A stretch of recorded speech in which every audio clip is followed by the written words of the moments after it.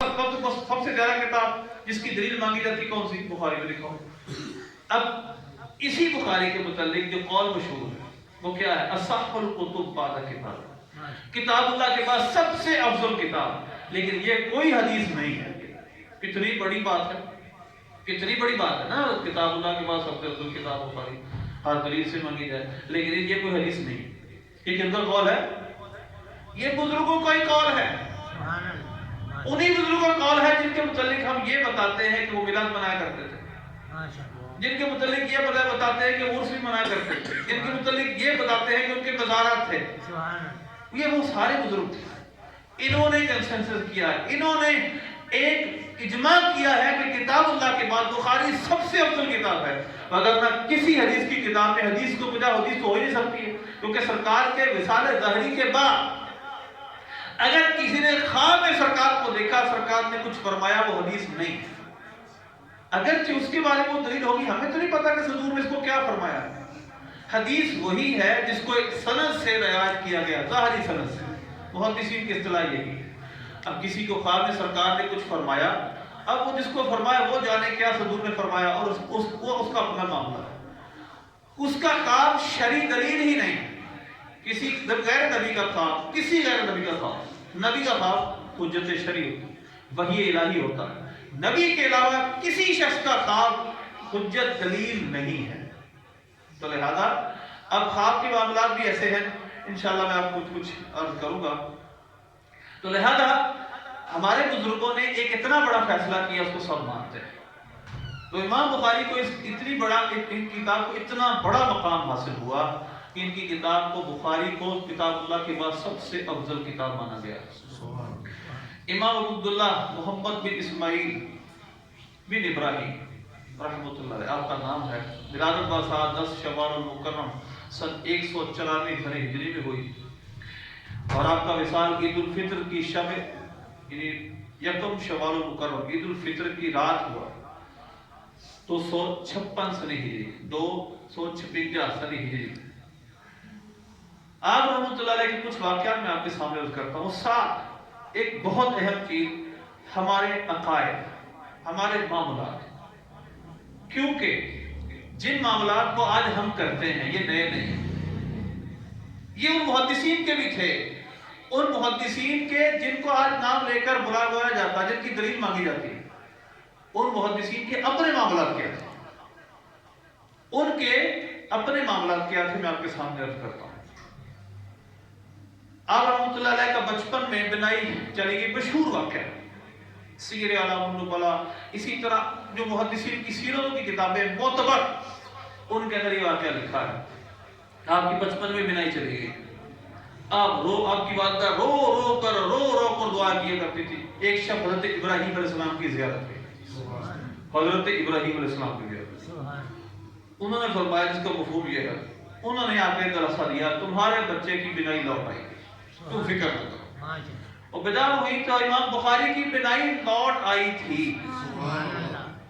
یہ تمام سیرت کی کتابوں میں، جو امام بخاری کی کتاب میں، سیرت کی کتابوں میں لکھی ہے، محدثین کی سیرت اس کے اندر لکھی ہے، ان میں یہ واقعہ لکھا ہے کہ آپ کی بنائی حضرت ابراہیم علیہ السلام نے آگے بتایا تھا، لوٹ آئے گی، فکر نہ کرو۔ حضرت ابراہیم علیہ السلام کب سے وصال کر گئے تھے، دنیا سے کب سے چلے گئے تھے، ان کو پتا تھا ایک محدث ہوں گے جن کا نام امام بخاری ہے، اور ان کی بنائی جا چکی ہے، وہ خواب میں آ کر بتا کے گئے، بنائی لوٹ آئے گی، یعنی وہ عالم ارواح میں ہونے کے باوجود اتنا کچھ اس دنیا کا جانتے ہیں، حاجت روائی بھی کرتے ہیں، ان کی حاجت بھی پوری کر کے گئے، گھبراؤ نہ، فکر مند نہ ہو، تمہارے بچے کی بنائی لوٹ آئے گی۔ امام بخاری رحمۃ اللہ علیہ اس طرح چلتے رہے، آپ نے بڑا علم حاصل کیا، بہت ملکوں کا سفر کیا، آپ کو حدیث سے بڑا شغف تھا، بہت حدیث سے محبت تھی، پیار تھا، سرکار کی بارگاہ میں جاتے تھے، وہاں سے یہ پھر انعام ہوا، پھر امام بخاری نے حدیث کتاب جمع کرنا شروع کی۔ یہ تو ایک مشہور واقعات ہیں آپ کے۔ امام بخاری رحمۃ اللہ نے ہر حدیث پر ایک تہیہ کیا تھا، ایک خواب دیکھا تھا نبی پاک صلی اللہ علیہ وسلم کے روزہ مبارکہ پر، سرکار کے روزے پہ بیٹھ کے خواب دیکھا، تو خواب یہ تھا کہ آپ سرکار کے جسم مبارک سے مکھیاں ہٹا رہے ہیں۔ اب یہ تو پائے سے بھی ہٹ کی چیز تھی، سرکار کے جسم مبارک کو تو بکی بیٹھتی نہیں، لیکن خواب کا معاملہ کچھ اور ہوتا ہے۔ خواب کے معاملات، خواب کے اندر کچھ تمثیلیں دکھائی جاتی، مثالیں سمجھایا جاتا ہے۔ اب بڑے پریشان تھے، یہ کیا معاملہ ہوا؟ اس وقت کے جو بڑے معبر تھے، جو تعبیر بتاتے تھے، ان سے پوچھا، انہوں نے بتایا گھبراؤ نہ، اس کی تعبیر یہ ہے کہ تم رسول اللہ کی حدیثوں کو جمع کرو گے اور جو صحیح حدیثیں ان کو الگ کر دو گے، باقی دوسروں کو الگ کر دو گے۔ تو یوں حضور کے پکھیاں ہٹانے کا مطلب یہ ہے کہ حضور کے فرامین میں لوگوں نے جو غلط چیزیں شامل کی ہیں ان کو آپ جدا کریں گے، ہٹائیں گے۔ تو یوں آپ کو پہلے ہی بشارت دے دی گئی تھی کہ آپ حدیث کی کتاب لکھیں گے۔ آپ رحمۃ اللہ علیہ کا معمول یہ تھا، بڑی اہم بات میں نے پہلے جیسے ذکر کیا، یہ بھی وہی بزرگ ہیں جن کے حدیث کی کتابوں کے حوالے مانگے جاتے ہیں۔ اب دیکھیں، تہذیب الکمال، تاریخ بغداد، تاریخ دمشق، ان تمام کتابوں میں یہ واقعہ لکھا ہے۔ آپ رحمۃ اللہ علیہ 30 تراویح میں، یہ آپ کی سیرت کا واقعہ ہے، تہذیب الکمال، اسماء الرجال کی بہت بڑی کتاب، بہت بڑی، 27 جلدوں میں قریب، اس میں یہ واقعہ لکھا ہے۔ آپ ایک رات میں 20 رکعتیں پڑھا کرتے تھے رمضان میں، اور 1/3 قرآن، 1/3 قرآن، یعنی 10 پارے آپ عشاء سے شروع ہوتے ہیں اور سحری تک 10 پارے تراویح میں پڑھا کرتے تھے، 20 تراویح رکعت کی ہوتی تھی۔ آج ویسے چھٹتی ہیں، آپ کو پتہ ہی نہیں، لیکن امام بخاری کی سیرت میں یہ واقعہ آپ کی سیرت کیا، آپ کی عبادت کا واقعہ لکھا ہے کہ آپ 1/3 قرآن تراویح کے اندر ختم کیا کرتے تھے ہر رات، اور 20 رکعتوں میں، اور 20 رکعتیں ہوتی تھی۔ اور امام بخاری کا اپنا موقف یہ ہے، 20 تراویح کے بارے میں، وہ 20 رکعتیں پوری پڑھا کرتے تھے۔ اس کے بعد دن میں ایک قرآن ختم کیا کرتے، اتنی عبادت ہوئی، دن میں ایک قرآن ختم کرتے۔ ہر قرآن پاک کے وقت فرمایا کرتے کہ جب بھی قرآن ختم کیا جائے، ختم قرآن کے دعا جو کی جائے اللہ قبول کرتا ہے۔ ختم قرآن پر دعا مقبول ہے، جب دعا کی جائے ختم قرآن پر تو دعا قبول ہوتی ہے۔ اب یہ کسی حدیث میں نہیں ہے، یہ تو ان کا اپنا تجربہ ہے، انہوں نے بدعت بھی نہیں سمجھا اس کو، کیونکہ اچھا کام تھا۔ قرآن کے ختم پر دعا مقبول ہوتی ہے، آپ کا قول ہے۔ اسی طرح آپ کی عبادت کا شوق کیسا تھا، اللہ کے ساتھ کتنا مغر رہا کرتے تھے، حضور کے ساتھ لگاؤ کتنا تھا۔ ایک دفعہ نماز پڑھ رہے تھے، بھیڑ ہمارے پتہ نہیں کیا کہا جاتا اس کو، اس نے 17 بار آپ کی جسم مبارک پر ڈسا، 17 کا 17 دفعہ جسم مبارک پر ڈسا۔ اچھا، یہ حالت بدلتی گئی، نماز ختم ہوئی اور دیکھا گیا تو آپ کا جو مبارک حصہ تھا وہاں پر ڈسا تو وہ ورم پڑ گیا تھا، سوج چکا تھا۔ آپ سے عرض کیا گیا آپ نے نماز کیوں نہیں توڑی؟ آپ نے فرمایا میں نے قرآن پاک کی ایک سورت شروع کی تھی، میں چاہتا تھا کہ اس کو پورا کرے گی لوگ، درد ہوتا رہا لیکن میں نے قرآن کی تلاوت جاری رکھی، کہ میں شرم آتی تھی کہ میں قرآن پاک کی آیت کاٹوں، لہذا میں نے قرآن پاک پورا کیا، سورت ختم کر کے پھر میں نے نماز ختم کی۔ تو یہ ان کی عبادت کا شوق تھا، اور عاجزی کا عالم آپ کا یہ تھا۔ اتنے بڑے محدث، جتنا بڑا، دیکھیں نا، جتنا جس شاخ پہ پھل لگتے ہیں وہ جھکتا ہے، اتنی شاخ جھکتی ہے۔ اتنے بڑے محدث، اتنے بڑے عالم، ایک دفعہ مسجد میں بیٹھے ہوئے تھے، ایک شخص آیا، اس نے داڑھی جھاڑی، داڑھی سے ایک چٹکا گر کر مسجد میں گر گیا۔ آپ نے ادھر ادھر دیکھا، وہ دیکھ تو نہیں رہا، آپ نے وہ چٹکا اٹھا کر اپنے کسی جسم کے حصے میں اٹھا لیا، یعنی کہ جو جیب تھی یا کچھ بھی تھا آستین میں چھپا لیا۔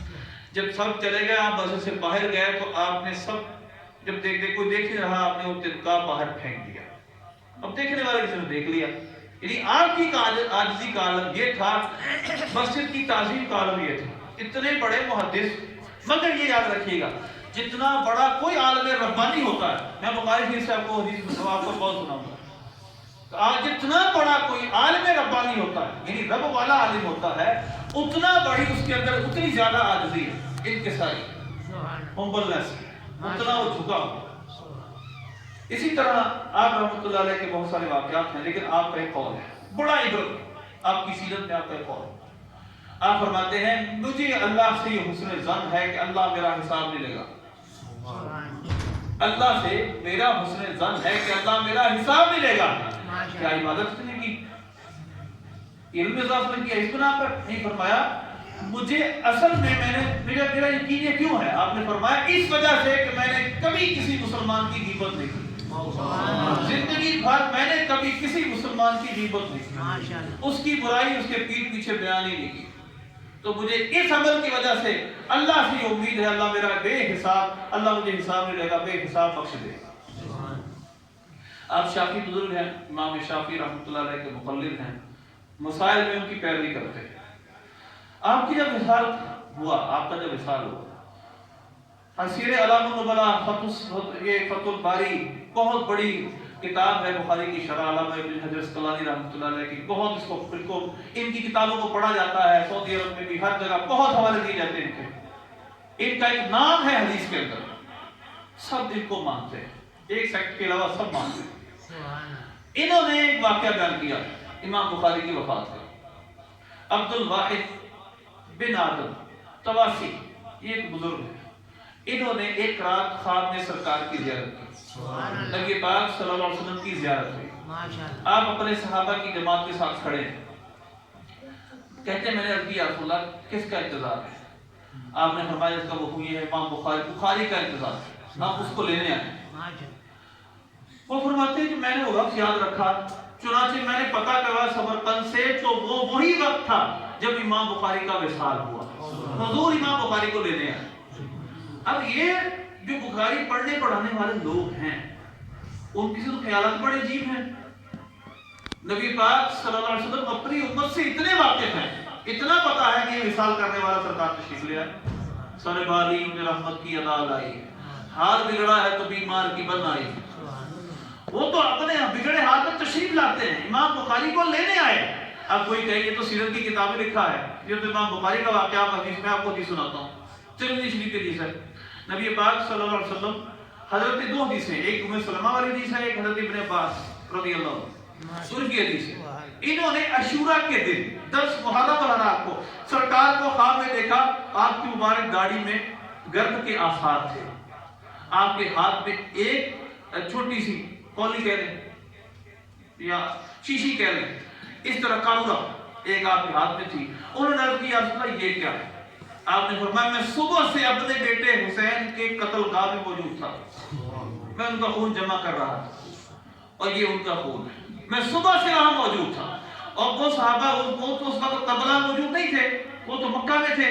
جب خبر آئی تو پتہ چلا وہ 10 محرم الحرام کا ہی دن تھا جب امام حسین کی شہادت ہوئی۔ یہ صرف صحیح ترمذی کے حدیث ہے۔ تو لہذا ہمارا عقیدہ ہے، اس وجہ سے عقیدہ ہے، ہماری اپنی چاہت نہیں ہے، یہ عقیدہ ان روایات کی وجہ سے ہے کہ نبی پاک صلی اللہ علیہ وسلم اپنی امت کے احوال سے آگاہ ہیں۔ آپ جانتے ہیں میری کس امتی سے کیا ہو رہا ہے، اس وقت وہ کس حال میں ہے۔ وَكَذَلِكَ جَعَلْنَاكُمْ أُمَّةً وَسَطًا لِتَكُونُوا شُهَدَاءَ عَلَى النَّاسِ، دوسرے پارے کی آیت ہے، شروع کیا ہے ہم نے امت محمدی تم کو امت وسطیٰ بنایا، درمیانی امت بنایا ہے تاکہ تم آنے والے لوگوں کے لیے گواہ ہو جاؤ، اے پیارے حبیب ہم ان پہ گواہ ہو جائیں۔ اس کے بعد شاہ عبد العزیز محدث دہلوی رحمۃ اللہ شاہ ولی اللہ کے پوتا وہ لکھتے ہیں کہ اس سے پتہ چلا نبی پاک صلی اللہ علیہ وسلم اپنی امت کے احوال سے واقف ہیں۔ آپ کو یہ بھی پتا ہے کہ اس میرے امتی کے ترقی میں کیا رکاوٹ ہے، کون سی چیز رکاوٹ ہے، اگر وہ ہٹا دے تو یہ ترقی کر جائے گا۔ آپ اپنی امت کے احوال سے واقف ہیں، آپ کو پتا ہے کہ اس کے ساتھ کیا ہو رہا ہے، ایسا نہیں کہ معاذ اللہ سبحان اللہ بے خبر ہے، آپ کو سب پتا ہے میری امت کے ساتھ کیا ہو رہا ہے۔ آپ استغفار ہی فرماتے ہیں یا حاجت روائی بھی فرماتے ہیں، مشکل کشائی بھی کرتے ہیں۔ سرکار تو سرکار ہے، امام بخاری کا سنی، امام بخاری رحمۃ اللہ علیہ فتح الباری ارشاد الساری بخاری شریف کی شروحات میں لکھا ہے آپ کا یہ واقعہ۔ آپ کا جب وصال ظاہری ہوا، آپ کے قبر مبارک کی مٹی اس سے کئی دنوں تک خوشبو آتی رہی، کافی عرصے تک خوشبو آتی رہی، بلکہ یہاں تک لکھا ہے کہ جب کسی کی کوئی مشکل ہوتی، بیمار ہوتا، کوئی اور مشکل پیش آتی تو امام بخاری کی قبر کی مٹی اٹھا کر لے کے جاتے تھے۔ کون سی صدی ہے؟ تیسری صدی۔ تیسری صدی کے اندر ہمارے مسلمانوں کے معاملات یہ تھے، وہ بزرگوں کی قبروں کی مٹی سے بھی تبرک لیا کرتے تھے، کیونکہ ان کو پتا تھا کہ یہ عام شخصیات، عام ہستیاں نہیں ہیں۔ حضرت یوسف علیہ السلام کا کرتا حضرت یعقوب علیہ السلام کو بینائی لوٹا سکتا ہے، یہ قرآن کا واقعہ ہے. 13 پارہ سورہ یوسف. اذهبوا بقمیصی ھذا فالقوه علی وجه ابی یاتی بصیرا. میرا یہ قمیص لے جاؤ, میرے باپ کی آنکھوں پہ لگانا, ان کی بینائی لوٹ آئے گی. وہاں سے حضرت یوسف علیہ السلام کا قمیص لے کر چلے. وہ یعقوب علیہ السلام کے نام میں تھے. آپ فرمانے لگے انی لاجد ریح یوسف فلما فصلت العیر. جب قافلہ مصر سے نکلا, حضرت یعقوب علیہ السلام کے نام میں کتنے دنوں کا سفر, آپ فرماتے ہیں انی لاجد ریح یوسف لولا ان تفندون. اگر تم یہ نہ سمجھو کہ میری عقل کو کچھ ہو گیا ہے, تو میں یوسف کی خوشبو سونگ رہا ہوں. آپ نے بیٹھے ہو کہتے ہیں انک لفی ضلالک القدیم. آپ تو پرانی محبت میں گرفتار ہیں, وہ محبت کی باتیں یاد آ رہی. فلما ان جاء البشیر القاہ علی وجهه فارتد بصیرا. جب وہ بشارت دینے والا آیا, آپ نے کرتا آنکھوں میں لگایا, آپ کی بینائی لوٹ آئی. آپ نے فرمایا انی عالم, میں نہیں کہتا تھا کہ میں وہ جانتا ہوں جو تم نہیں جانتے. اللہ نے مجھے وہ سکھایا جو تم نہیں جانتے. لہذا اس سے پتہ چلا کہ نیک بندوں کے ساتھ, جسم کے ساتھ تعلق رکھنے والی شیوں میں بھی شفا رکھی ہے اللہ. سبحان اللہ. بخاری مسلم کی حدیثیں ہیں. حضرت ام سلمہ کے پاس, حضرت عائشہ صدیقہ کے پاس سرکار کے تبرکات سے بیماروں کو پلایا کرتے تھے. تو یہ عقیدہ بھی ہمارا کوئی اپنی طرف سے نہیں ہے, ہمارا اپنا من گھڑت عقیدہ نہیں. یہ بھی ہم نے حدیثوں سے لیا, قرآن پاک سے لیا, ہم نے ہمارے بزرگوں سے ہم نے لیا. ایک اور بہت پیارا واقعہ امام بخاری رحمۃ اللہ علیہ انہی کتابوں میں لکھا ہے. سمرقند کے اندر ایک دفعہ قحط ہوا, ڈراٹ سیزن ہوا, فیمن ہوا, بڑا شدید قحط پڑا, بارش نہیں ہو رہی تھی. قاضی شہر کے پاس ایک شخص, وہ نیک شخص تھا, وہ گیا اور کہنے لگا میرا مشورہ یہ ہے کہ امام بخاری کی قبر پر سب کو لے کر جائیں, سارے شہر کے لوگوں کو کہیں امام بخاری کی قبر پر چلتے ہیں. چنانچہ اس کے فیصلے پہ عمل ہوا. 200 سال کے بعد, یعنی یہ 200 سال کے بعد کی بات ہے آپ کے وصال شادی, یعنی تقریباً 456 ہجری کا واقعہ ہے. آج سے تقریباً 1000 سال پہلے کی بات ہے. انہوں نے بڑی دعائیں کی, دعائیں قبول نہیں ہو رہی تھی, لیکن ان کو یہ بھی پتا تھا کہ اللہ ان کی مانتا ہے. ان کی قبریں, ان کے مبارک مزارات دعا قبول ہونے کے لیے ایک سیر ہیں. تو لہذا وہ سب نکلے, امام بخاری کے مزار پہ گئے, وہاں پر جا کے اللہ سے گڑ گڑا کر دعا کی. آپ سے التجا کرنے لگے اللہ سے دعا کریں اللہ سے بارش دے دے. چنانچہ وہاں سے جب نکلے, وہ راوی کہتے ہیں ہمیں ابھی تک واپس نہ آ پائے تھے, شدید بارش شروع ہوئی, دعا کے وقت تھی, ہم گھروں پہ نہ پہنچ پائے, 1 ہفتہ تک بارش جاری رہی. اچھا یہ بزرگ کا واقعہ, آپ کا یہ بزرگ کا واقعہ جس کا حدیث میں تو نہیں ہے. چلیں دوسری طرف آ جاتے ہیں. مشکاہ شریف میں حدیث ہے, حضرت سیدہ عائشہ صدیقہ رضی اللہ تعالیٰ عنہ کے پاس لوگ آئے, عرض کرنے لگے اب پانی مانگیے, دعا کیجیے, 13 سال سالی ہے. آپ نے فرمایا جاؤ سرکار کے روضے پہ جاؤ, چھت کو اوپر سے ہٹا دو, آسمان اور آپ کی قبر انور کے درمیان فاصلہ نہ رہے, کوئی پردہ نہ رہے. وہاں گئے, انہوں نے چھت ہٹا دی. جب چھت ہٹائی تو بارش ہونا شروع ہو گئی. ایک اور واقعہ دارمی اور مشکاہ شریف کے حضرت بلال مزنی رضی اللہ عنہ سرکار کے بازار پہ گئے, یا رسول اللہ اپنی امت کے لیے پانی مانگیے, امت ہلاک ہو رہی, پانی مانگیے. چنانچہ سرکار کے روضے سے باہر آئے, حضرت عمر فاروق کے خواب میں سرکار آئے. ایک واقعہ ہے, بارش ہونا شروع ہو گئی. کہہ سالی یہ ہمارا اپنا عقیدہ نہیں, ہم نے اپنی طرف سے نہیں بنایا, یہ ہم نے قرآن سے لیا ہے, سنت سے لیا ہے, اپنے بزرگوں سے لیا ہے. یہ امام بخاری کے مختصر حالات میں نے آپ کے سامنے عرض کیے. ایک دوسرا موضوع ہے لیکن میں مختصراً عرض کروں گا, اور یہ بڑا اہم ہے آج کے دور میں, اس کی بہت زیادہ اہمیت ہے. اور وہ یہ ہے, ہمارے اندر ایک بڑی عجیب سی چیز پائی جا رہی ہے. وہ یہ ہے کہ جس سے چاہو علم حاصل کر لو, جو بات کرے سن لو. ایسا نہیں, ہمیں اسے منع کیا گیا. ہم صرف اس شخص کی بات سنیں, بالخصوص جس کے پاس علم نہیں, وہ صرف اس شخص کی بات سنیں جو اتھینٹک ہے, جس کا نظریہ ٹھیک.